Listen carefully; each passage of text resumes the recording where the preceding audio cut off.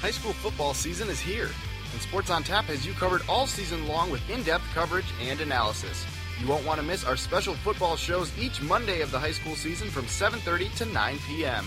Catch recaps of all the games, interviews with local players and coaches, and hear if your team is playing in the game of the week. For the best high school football coverage, turn to Sports on Tap.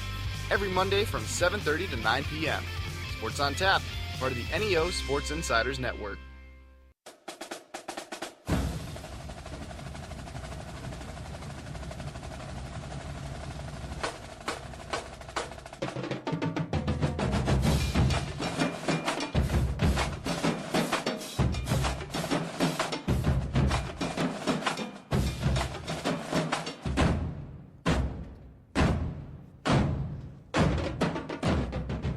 Welcome to Sports on Tap, part of the NEO Sports Insiders Network. It's our Ohio high school football coverage. I'm Rob Trautman. We have Ed, Dick, Sean Duffy, Josh, Jeffy, live from Studio J in Brunswick, Ohio. Yeah. Guys, welcome back. We are back. Week 3.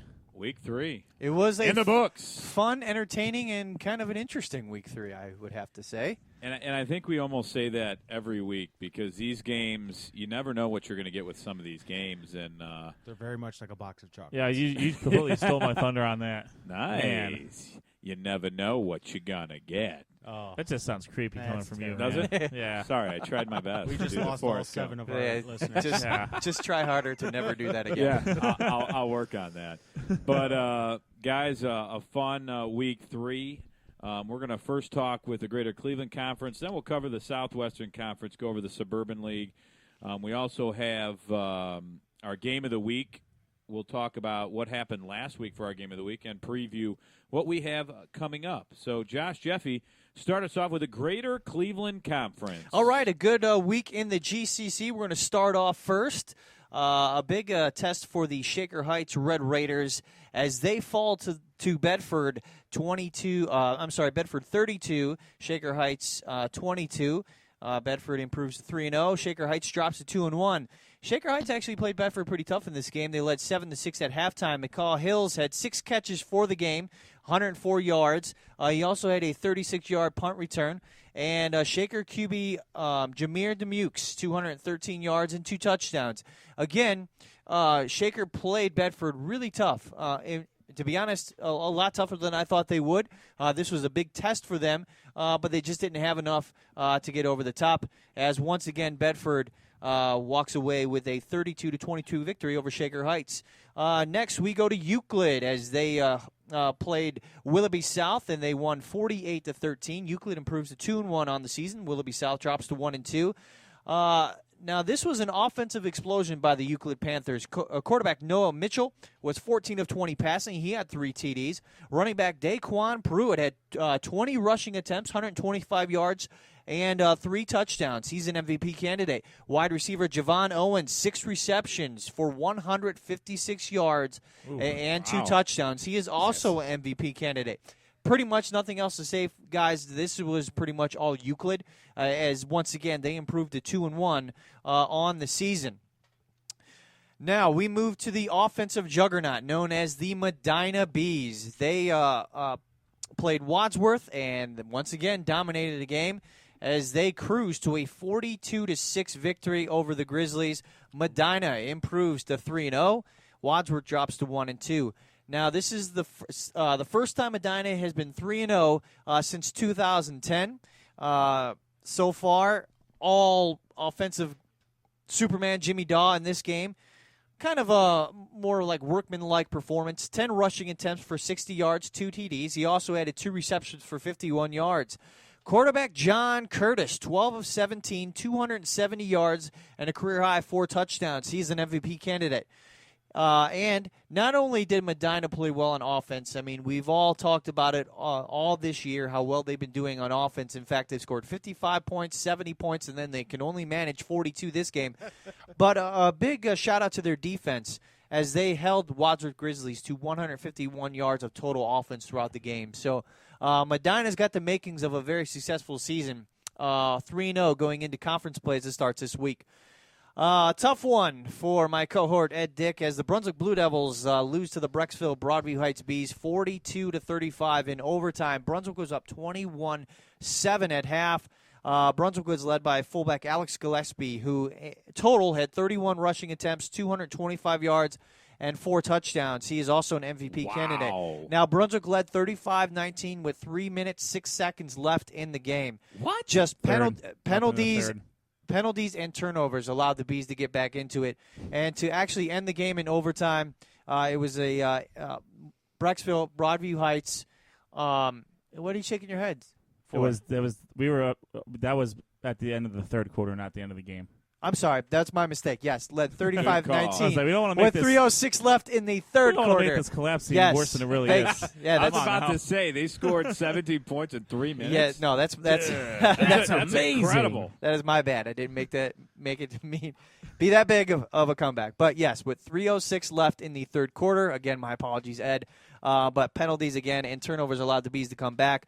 Brecksville actually won the toss in overtime, went down, scored a touchdown, and it was actually an interception by Michael Graham that actually ended the game for the Bees. So Brunswick falls to 1-2. Brecksville Broadview Heights improves to 3-0. So tough one for the Blue Devils as we move on. Real quickly, another just kind of a one-sided performance.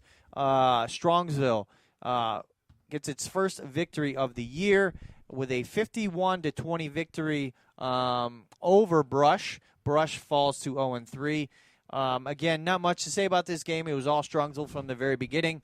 As we look into the future, Strongsville begins conference play when they travel to Shaker Heights. In what it was a very good game for Elyria. They improved to 2-1 on the season with a 41-6 victory over Shaw. Shaw drops to 1-2. This was a really good game by quarterback Dante Beckett. 2 passing touchdowns, also had 2 rushing touchdowns. He did rush for 99 yards. Wide receiver Brendan Fenton, 123 yards, 1 touchdown, and that's good for the a young player. That was just kind of a breakthrough performance. And again, the defense stepped up huge for Elyria in this one, only allowing 6 points by Shaw.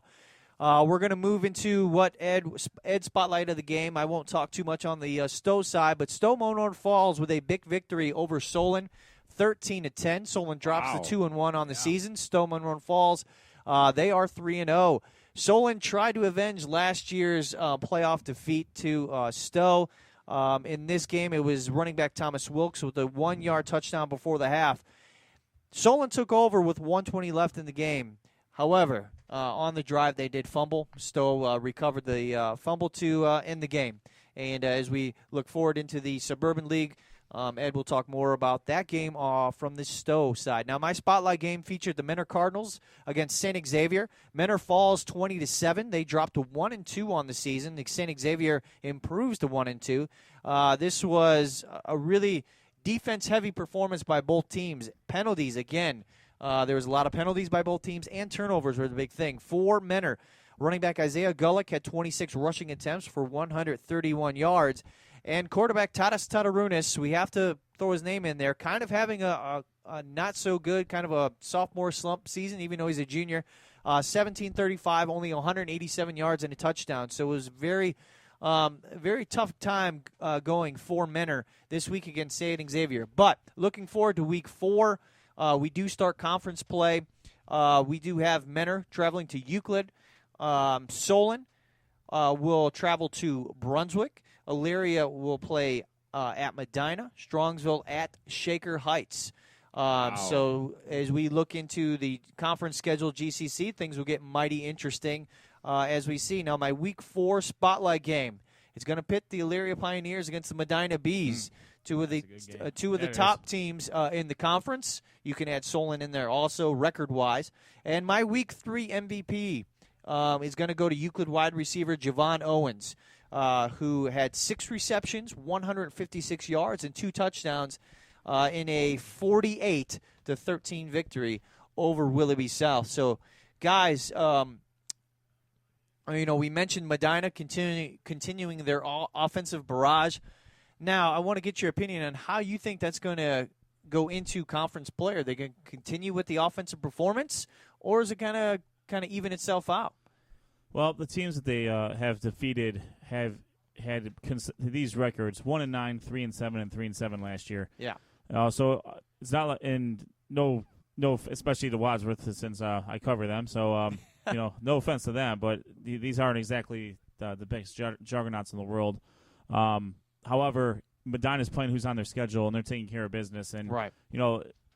Even if you're playing a team that might not be up to your level, just the fact that you can put those points up is a big confidence booster for you, because you know that what you do is working, and you might be able to get into some of the other aspects of your playbook when you're going against better teams that it makes some better adjustments. So I think it's I'm looking forward to seeing what Medina does do in conference play, especially when they get to some of the big boys. This Elyria game is going to be a real tough test for them.